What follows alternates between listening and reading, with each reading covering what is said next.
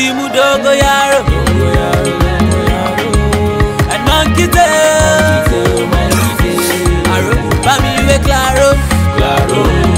I want to do she not today. She not today. She said she cannot wait oh. She said it's getting late oh. She said she want to faint oh.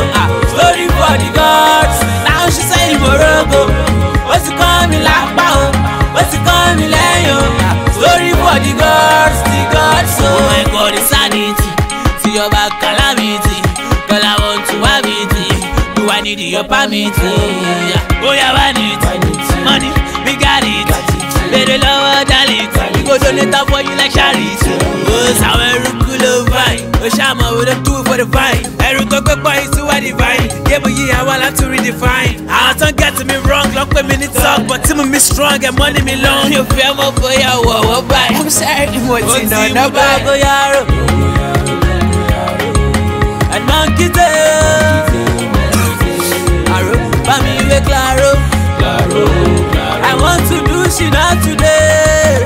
She not today. She said she cannot wait oh. She said it's getting late oh. She said she want to faint oh. Story for the gods. Now she saying Morogo. What's it coming like oh? What's it coming like oh? Story for the gods, oh. Well, I care, I think the care, I see the pair. I'm in the Benz, me and my friends. Tajala flex, I might make it sense. I'm on this. But the jack will share Mary Jane with the laugh. What's a let me let a cat camel fear? We must share room, look where we land of fear. And like Kumba Shile, I show moon of you. Alex, what are Sorry, Shali, Walla, Salamo. Go and do it, go Faramo. Because I like Macoramo. I'll show you what I got. No, do yanga. A yadi de macho colori aga. Lama mi kaja makuru maga. Lama mi kaja makuru maga. Go yaro. And monkey tail. Bami we claro. I want to do she not today.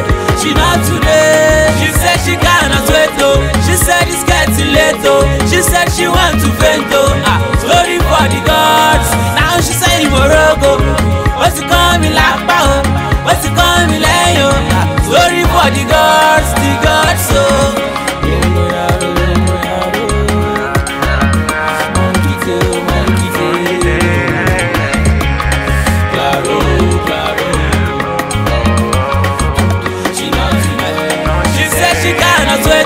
She said it's getting late oh. She said she want to faint oh.